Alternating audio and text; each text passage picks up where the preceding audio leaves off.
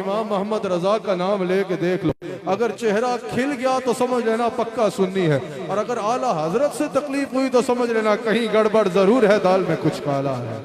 लोग बड़ी बड़ी तहकीकें समझते हैं ना, बड़ी बड़ी तहकीकें लेके आते हैं, अपने अपने मुफ्ती और फिर उनको आजम बना रहे होते हैं, अपनी अपनी जो है वो तहकीकें ला रहे होते हैं, अपने अपने जो है वो ढगोसड़े मार रहे होते हैं, और फिक्र रजा के मुकाबले में कोई फिक्र कायम करना चाहते हैं और समझते हैं कि यो हम किताबों की गठरी लेके आ गए हैं फिक्र रजा के मुकाबले में। फिक्र रजा क्या है? फिक्र रजा किसी झगड़े का नाम नहीं है, फिक्र रजा किसी मखसूस टोले का नाम नहीं है, फिक्र रजा किसी मखसूस सिलसिले का नाम नहीं है, फिक्र रजा किसी मखसूस सिलसिला बैत का नाम नहीं है। फिक्र रजा अकीदा नामूस अकीदा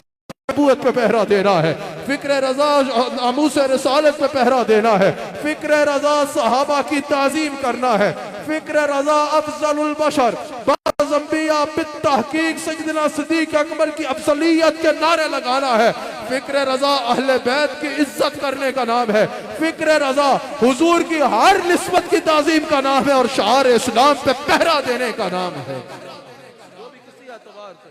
किसी भी एतबार से इतनी बड़ी गठरी ले आएगा कभी अबू बकर अफजल नहीं है, या इतनी बड़ी गठरी ले आएगा कभी हम फलां सहाबा के खिलाफ बोलने को जायज करार देंगे, या इतनी बड़ी गठरी ले आएगा कभी हम सहाबा के खिलाफ बोलने पे लाइसेंस देंगे, या इतनी बड़ी गठरी ले आएगा अहले बैत के खिलाफ बयान करने के लिए, या हुजूर के इल्म गैब पर भौंकने के लिए, या हुजूर के इख्तियार पर के लिए, या हुजूर की किसी सिफत में भौंकने के लिए। आला हजरत ने कहा तुम्हारा पल्ला जो है ना वो बरेली के ताजदार से बड़ा है, तुम जिसको तहकीक समझ रहे हो वो तो रजा के नेज़े की मार है कि अदू के सीने में गार है। फिर सिर्फ कहा नहीं नेज़े की मार, बल्कि आला हजरत ने चाहे ज़ात रिसालत के दुश्मन हो, चाहे सहाबा के दुश्मन हो, चाहे अहले बैत के दुश्मन हो, अपनी तहरीर के नेज़े से, अपने कलम के नेज़े से उनकी एक एक बातिल अकीदे की को जड़ से उखाड़ के ऐसे फेंका कि आज तक उनकी चीखें हमें ताज़ा ताज़ा भी सुनाई दिया करती है।